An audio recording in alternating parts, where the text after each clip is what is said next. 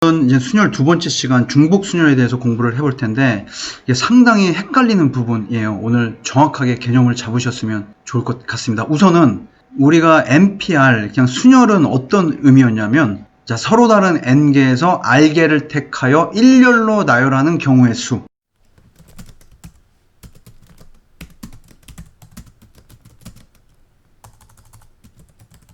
자, 이렇게 정의를 했는데, 중복 순열이라고 하는 거는 그 사이에 뭐가 들어가냐면, 자, r개를 택하되 중복을 허락하여 r개를 택한다라고 생각하시면 돼요.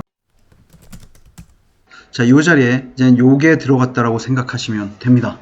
자, 그리고 기호로 걔를 어떻게 표현하냐면, 자, 이렇게 표시하고 NPR이라고 읽으면 됩니다. 자, 계산 공식은 자, 이렇게 나와 있는데 우리가 얘를 그대로 암기할 수는 없습니다. 우리는 문제 속에서 얘가 중복 순열이라는 것을 그냥 파악하는 게 중요하죠. 문제에서 다음은 중복 순열입니다. 이렇게 친절하게 절대 알려주지 않습니다. 주어진 문제 상황이 중복 순열이라는 것을 우리가 캐치를 하고 그 상황에 맞게끔 이 중복 순열의 개념을 적용시키는 게 훨씬 더 중요하죠. 이 중복 순열은 철저하게 곱의 법칙을 따른다라고 생각하시면 돼요. 이 곱의 법칙을 따른다라는 거는 또 다른 의미로 어떤 의미냐면, 우리가 철저하게 이제 수용도로 이해를 하셔야 됩니다. 이 순열이라는 거를 우리가 이제 수용도로 표현할 수 있죠. 우리가 중복 순열은 이 곱의 법칙을 충실히 따르는 개념이며, 얘를 중복 순열을 제대로 이해하려면 문제에서 주어진 상황을 이제 수용도로 접근하고 상황을 파악하는 그런 습관과 훈련이 굉장히 중요하다는 걸 여러분들께서 명심하셔야 됩니다. 자, 예제를 통해서 이제 중복 순열 개념은 한번 잡아보도록 할게요. 자, 1번 보도록 하겠습니다. 자, 1번은 1, 2, 3, 4 중에서 서로 다른 세 숫자를 사용해서 세 자리 정수의 개수를 구하여라. 자, 그러면 우리가 이제 곱의 법칙으로 한번 생각을 해볼게요. 세 자리 정수이기 때문에 각각 자리의 자격이 다르죠. 얘는 100의 자리, 자, 그 다음에 10의 자리, 1의 자리가 있겠죠. 자, 100의 자리에 올 수 있는 것은 1, 2, 3, 4이기 때문에 이렇게 네 가지가 올 수 있죠. 얘는 서로 다른 세 숫자를 사용한다고 했기 때문에 이 말은 이제 중복을 허용하지 않는다라는 얘기입니다. 따라서 100의 자리에 1이 왔다면 10의 자리에 올 수 있는 거는 자, 1을 제외하고 2, 3, 4가 와야 되겠죠. 자, 2가 왔다면 자, 2를 제외하고 1, 3, 4가 와야 되겠죠. 자, 나머지 마찬가지. 자, 3이 올 때, 4가 올 때 각각 자리를 제외하고 세 가지씩이 오겠죠. 자, 이해되셨습니까? 자, 그 다음에 자, 1의 자리에 1이 오고 자, 10의 자리에 만약 2가 왔다. 자, 그러면 1의 자리에 올 수 있는 거는 자, 1, 2를 제외한 나머지 3, 4 중에 하나가 올 수 있겠습니다. 자, 이해되죠? 자, 모든 경우에마다 각각에 대해서 이제 가지가 두 가지씩 연결이 되는 겁니다. 여기도 두 가지, 자, 두 가지, 두 가지. 요 각각에 대해서 두 가지씩 가지들이 연결되죠. 자, 그래서 얘를 풀 때 처음에 네 가지, 요 각각에 대해서 이제 세 가지, 그 다음 가지 각각에 대해서 이제 두 가지. 우리는 요렇게 풀고 얘를 우리가 기호로 네 가지 중에 세 가지를 선택해서 일렬로 나열한다. 자, 이렇게 기호를 사용했죠. 따라서 1번은 요게 이제 정답이 되는 겁니다. 자, 2번 보도록 하겠습니다. 자, 1, 2, 3, 4에서 중복을 허락하여 만들 수 있는 세 자리 정수. 자, 얘는 중복을 허락한다고 했죠. 자, 그러면 100의 자리, 자, 10의 자리, 자, 1의 자리가 있습니다. 자, 100의 자리에 올 수 있는 거는 1, 2, 3, 4죠. 자, 그러면 중복을 허락한다고 했기 때문에 그 다음에 10의 자리에 올 수 있는 경우는 몇 가지일까요? 자, 여전히 4가지가 됩니다. 자, 이게 지금 일반적인 순열과 중복 순열의 차이입니다. 얘는 1, 2, 3, 4가 그대로 올 수 있겠죠. 자, 100의 자리에 2가 오더라도 여전히 10의 자리에는 4가지가 올 수 있고 3, 4가 오더라도 중복이 허락됐기 때문에 여전히 10의 자리에도 4개가 올 수 있는 겁니다. 자, 맞죠? 그 다음에 1의 자리에도 여전히 4개가 다 올 수가 있죠. 수용도를 다 그리라는 얘기가 아니고 우리가 수용도로서 중복 순열의 상황을 판단하자라는 얘기예요. 자, 100의 자리에는 4가지. 중복이 허용되기 때문에 자, 4가지가 올 것이고 그 다음에 1의 자리에도 4가지가 오겠죠. 따라서 얘를 4의 3승. 자, 이렇게 먼저 계산할 수 있으셔야 되고, 중복 순열의 기호로 사용한다면 서로 다른 4개, 1, 2, 3, 4. 자, 4개 중 자, 중복을 허용해서 자, 100의 자리, 10의 자리, 1의 자리를 채우기 때문에 자, 3가지를 채운다. 자, 이렇게 표현할 수 있겠습니다. 자, 이해되셨죠? 자, 3번 보도록 하죠. 자, 3번 같은 경우에는 그냥 중복순열의 공식을 쓸 수가 없죠. 자, 이런 문제 때문에 우린 중복순열을 철저하게 이제 수용도와 고배 법칙으로 접근해야 된다라는 얘기입니다. 자, 0을 포함한 1, 2, 3, 4, 5가 있죠. 자, 중복을 허용하여 자, 세 자리 정수를 만든다라고 했습니다. 자, 그러면 자, 100의 자리, 10의 자리, 자, 1의 자리가 있습니다. 자, 우선 100의 자리에 올 수 있는 경우는 몇 가지일까요? 0을 제외하고 5가지죠. 5가지.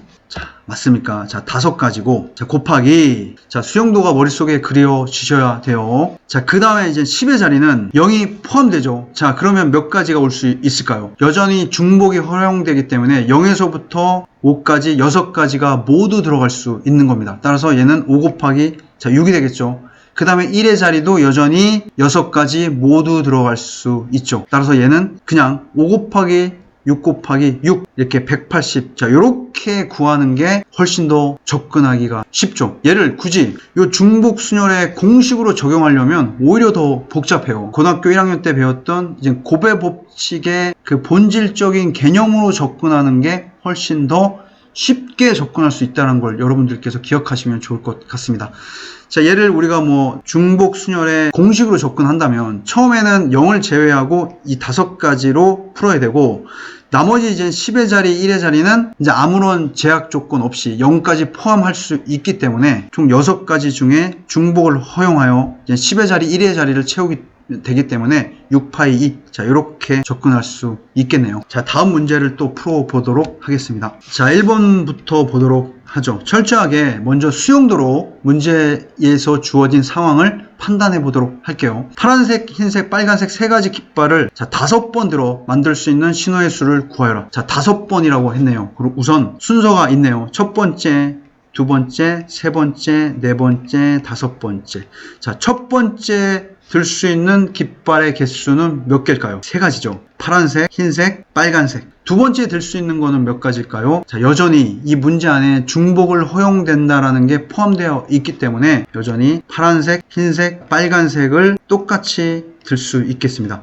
첫 번째 흰색의 깃발을 들었다 하더라도 여전히 이 3가지 깃발을 모두 들어 올릴 수 있겠죠. 자, 요 정도만 그리면 우리는 이제 수용도로 이 문제에서 주어진 상황이 다 판단이 된 겁니다. 자, 그러면 얘를 순수하게 고배 법칙으로 적용해 볼까요? 처음에 올 수 있는 게 이제 3가지죠. 이제 두 번째 올 수 있는 것도 여전히 3가지. 세 번째도 3가지.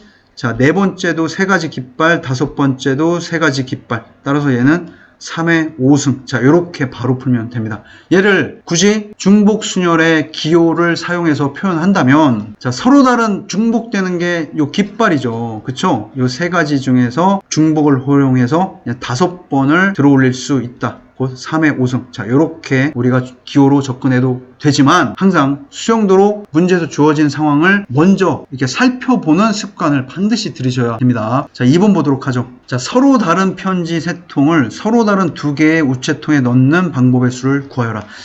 자, 얘는 그냥 기호로 하면 얘가 2파이 3인지 자 4파이인지 헷갈리죠. 먼저 어떤 것이 중복되는지를 판단하셔야 돼요. 편지가 중복되는지 우체통이 중복되는지 굉장히 헷갈립니다. 그래서 수용도로 그려보자라는 얘기예요. 자, 먼저 우선 편지를 1, 2, 3이라고 하고 이 우체통을 A, B라고 해보죠. 자, A 우체통에 들어갈 수 있는 편지가 1번, 2번, 3번이라고 하고, 자, A 우체통에 1이 들어갔을 때 B 우체통에 들어갈 수 있는 편지도 1, 2, 3. 자, 이렇게 풀면 될까요? A에 2번 편지가 들어갔을 때 B 우체통에 들어갈 수 있는 편지도 1, 2, 3. 자, 3번이 들어갔다. A 우체통에. 자, B번이 들어갈 수 있는 것도 1, 2, 3.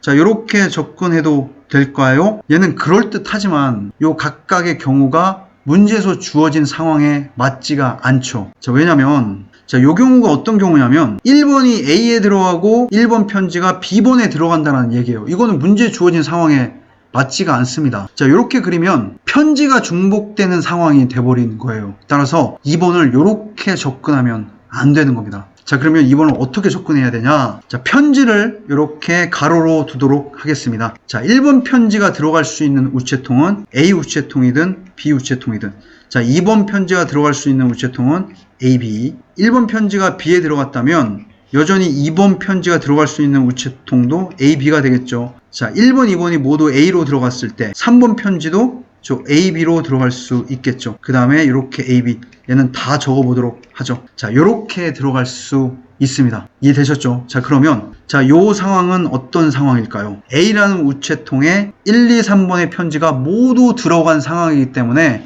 요 2번 문제에서 주어진 상황과 모순이 발생하지 않기 때문에 우리는 수용도를 이렇게 접근해야 됩니다. 자, 따라서 구하는 답은 2 곱하기 각각에 대해서 또 2가지, 또 각각에 대해서 2가지, 곧 2의 3승. 우리는 이렇게 구할 수 있습니다. 자, 얘를 중복순열의 기호로 표시하면 중복되는 게 우체통이 중복된다는 것을 아셔야 돼요. m 파이 r에서 얘가 중복되는 거기 때문에 얘는 2 파이 3. 자, 이렇게 표현하고 2의 3승. 자, 이렇게 계산하면 되겠습니다. 자, 3번도 보도록 할게요. 자, 여기는 지워보고. 자, 6명의 선거인이 2명의 후보에게 투표하는 방법의 수를 구하여라. 자, 얘도 어떤 게 중복되는지를 한번 생각해 보셔야 돼요.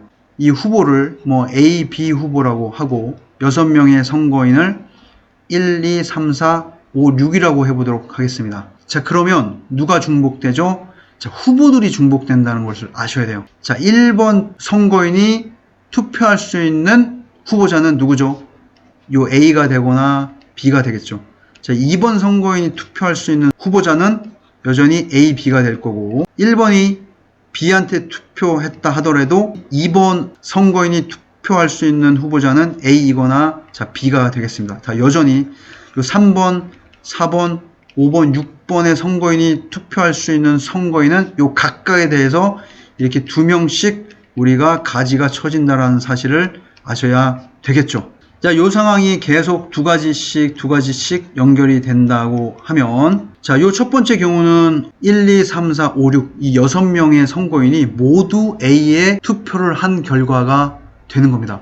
문제적 상황과 모순이 발생하지 않죠. 자, 따라서 구하는 답은 2 곱하기 2 곱하기 2 곱하기 2 곱하기 2 곱하기 2 이렇게 해서 2의 6승이 될 거고 얘를 중복순열의 기호로 표현하면 2명 중에서 중복을 허용해서 6명을 선택한다. 2파이 6. 자, 이렇게 표현할 수 있겠습니다. 기호로 먼저 접근하기가 결코 쉽지가 않습니다. 여러분들께서는 이런 중복순열이 주어졌을 때는 반드시 수용도로 문제적 상황을 먼저 이해하고 모순이 발생하지 않음을 확인하고 난 다음에 이렇게 고배 법칙으로 결과를 낸 후 우리가 답을 정하면 헷갈리지 않고 풀 수 있어요. 조금 더 연습을 해보도록 하죠. 자, 이제는 함수의 개수 문제인데 자, 2번 먼저 해보도록 하죠.